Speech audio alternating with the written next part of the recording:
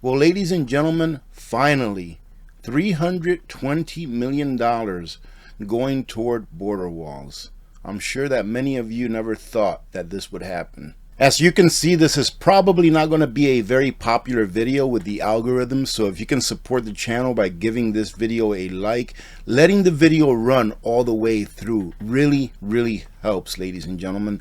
$320 million on border walls. Unfortunately, it's not on our border walls, ladies and gentlemen. It's for border walls for Oman, Lebanon, Jordan, Egypt, and Tunisia. And stay tuned, because the second part of this video, I'm going to be going over with you what these people that live in border towns, the first responders, actually have to go through, and how taxing it is on them to have to deal with this crisis on a daily basis. And before I forget, if you're in the market for the very best nutrient survival, check them out. I will leave a link on a pinned comment and a code that they offered me until the 3rd of April that gives you 20% off anything that you buy at the store. And this is the problem with bills that have 1,000 or 2,000 or 3,000 pages, however many they are, because nobody can really read them. You can vote on them, and then after you vote on them, you can read them. Into the $1.2 trillion budget that was signed by President Biden last weekend, there's about $380 million for enhanced border security projects in Egypt, Jordan, Lebanon, Oman, and Tunisia. About $150 million of which must go to border security in Jordan. So protecting other nations' borders while we let ours falter.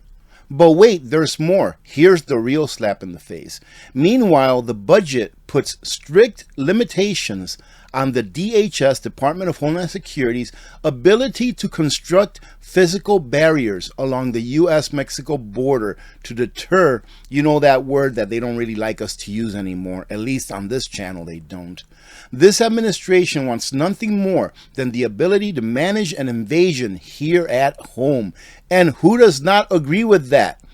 You know, those people that were in favor for this are slowly retracting and saying, what in the world is going on? Why is my standard of living going down? And why is crime surging, especially in cities? Why exactly are we paying for some place like Tunisia's enhanced border security, which is a cost they can bear themselves, while failing to build a border wall amid millions of foreign invaders rolling into the United States from some of those very countries? Incredible. We know why. Because we are in the process, well, not we, this administration is in the process of destroying these United States of America. That's why, ladies and gentlemen, at least that's my opinion, which I am entitled to, I would say. The irony is incredible. Biden knows that border security works, which is why he's taking cash from U.S. taxpayers and handing it over to foreign countries to ensure that their borders stay secure. And meanwhile, he's spending a whole bunch of time, energy, money to make sure that our border walls stay open, even going as far as deconstructing parts of the wall early on in his administration.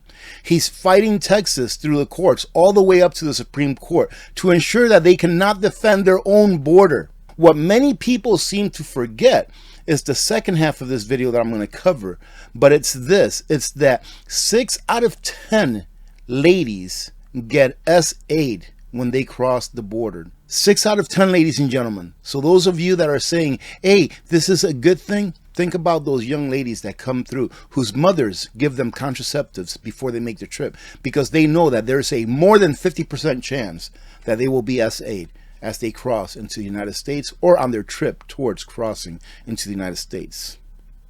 And listen to this, ladies and gentlemen, this is treason.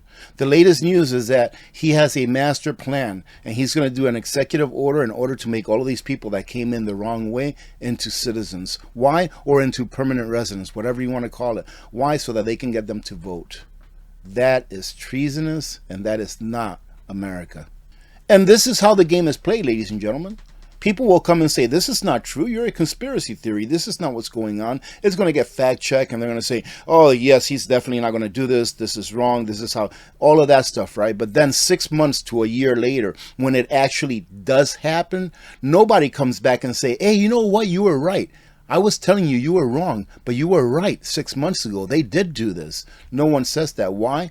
Because they've done what they needed to do, and they control the media, at least most of the mainstream media, that is. And this is definitely an article that you need to come and revisit at the very least. I'm not going to go through the whole thing because it's a bit lengthy, but these are the hidden costs of the border crisis nobody tells you about. I'm not sponsored by Epoch Times, but I am subscribed to them, and I can tell you, ladies and gentlemen, that they have a great news service. So I'm going to leave the link, obviously, to this article, but if you go to the link on this article, I think they have a special for like $1 a month or something like that, so that you can get all of their stories that are behind a paywall. Again, I'm not sponsored by them. Nobody there knows me. I don't know anyone there. I just really like the service that they provide, and they do very good and honest stories, no matter what side of the aisle you're on. And here they're talking about Eagle Pass, Texas, where the Rio Grande becomes a river of misery for Eagle Pass Fire Chief Manuel Melo III and his 52 first responders. Listen to what these people have to go through just because they are there at a border town. His medics sometimes confide in him saying, quote, "Chief, I am sick and tired of going out to the river and pulling bodies out." They don't show this stuff on TV. They don't want you to see this, ladies and gentlemen. They don't want you to see all of the people that lose their lives crossing that border. Not only do they lose their lives, but sometimes in grotesque ways.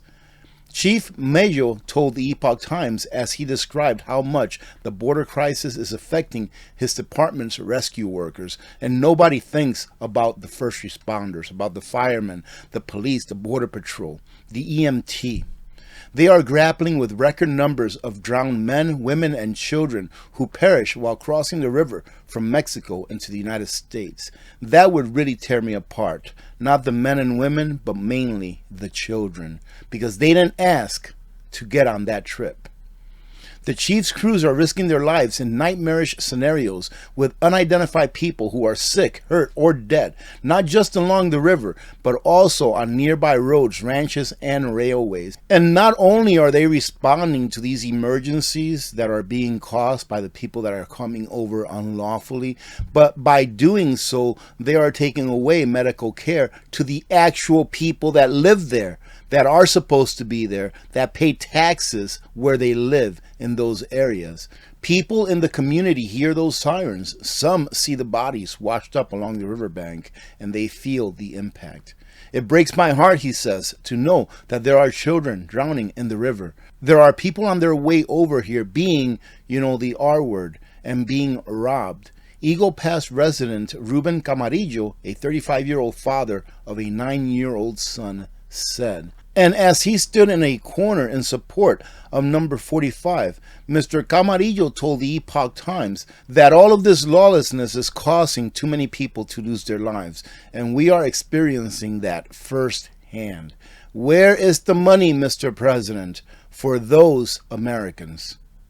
So, ladies and gentlemen, all of this money that's going to other countries, we are kind of used to by now, right?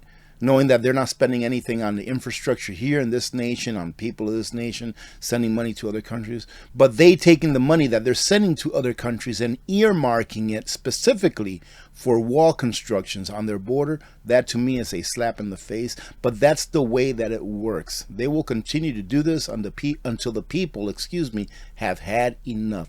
Things will continue to get tougher, ladies and gentlemen, so continue to prepare. I had an actual prepping video, a prepping on the cheap video that I wanted to put up for today, but I ran into some technical difficulties, but that will be coming up soon here in the next few days or so.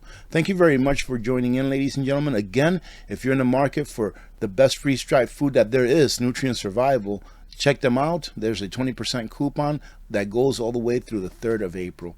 God bless you. God bless America. I'm Alaska Prepper. I am out.